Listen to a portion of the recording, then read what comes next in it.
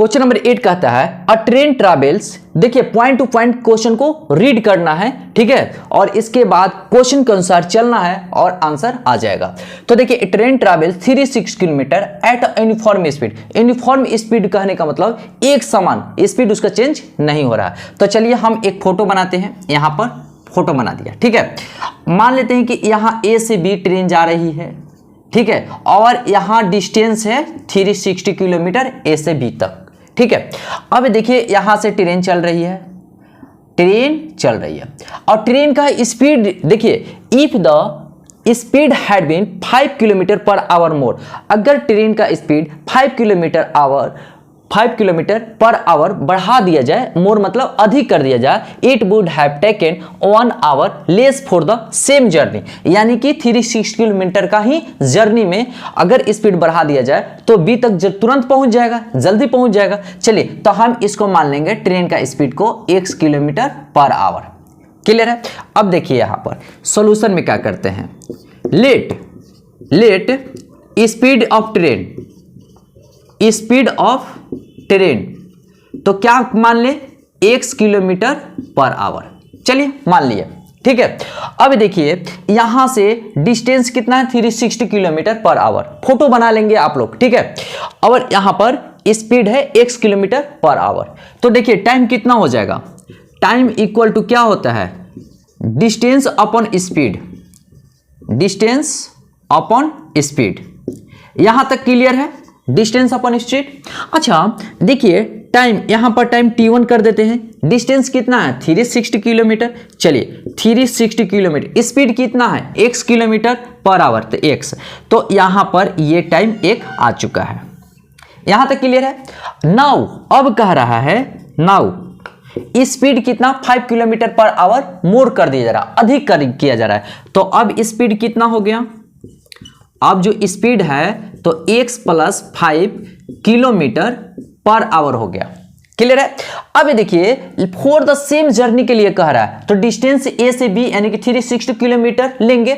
चलिए तो यानी कि यहां पर टाइम क्या हो जाएगा, ये t2 कितना हो जाएगा, डिस्टेंस 360 बाई स्पीड कितना हो गया x + 5, यही ना, x + 5 हो चुका है, तो x + 5 यानी कि हमारा t2 भी आ चुका है, ठीक है। और समय t1, समय t2 आ चुका है।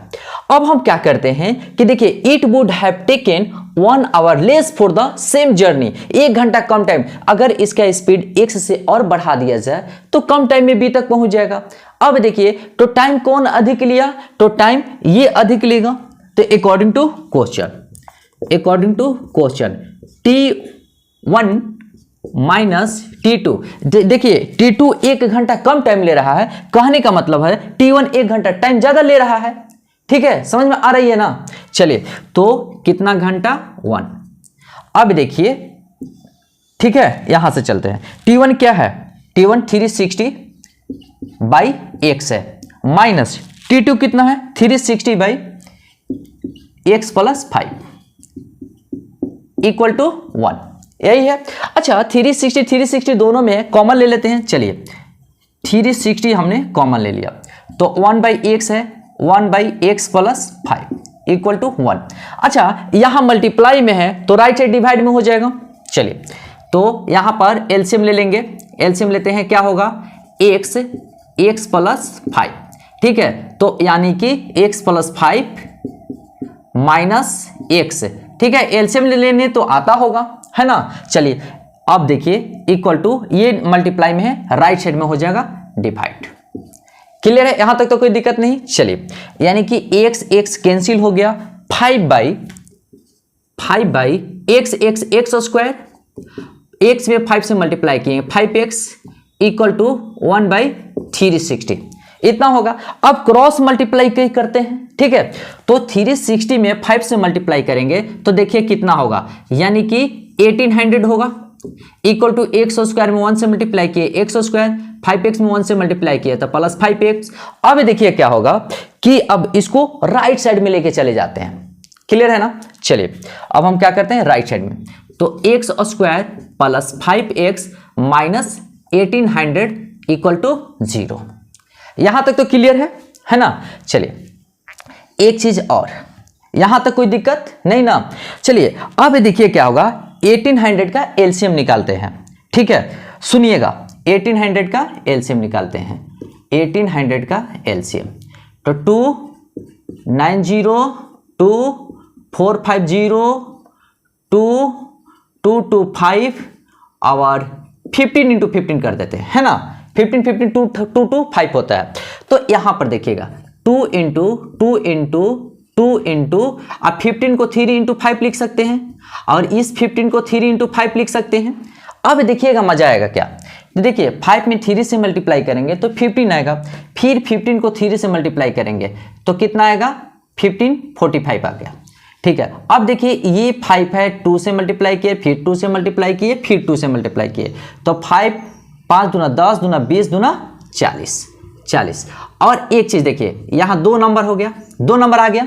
ठीक है, अब क्या कहता है सुनिएगा, कांस्टेंट टर्म जब माइनस में रहे ना तो जो लार्जर नंबर होता है वो प्लस में रहता है और स्मॉलर नंबर माइनस में होता है। देखिए लार्जर नंबर कौन है, 45, तो 45 हो गया प्लस और स्मॉलर नंबर कौन सा है, 40, तो माइनस में हो गया। क्लियर है।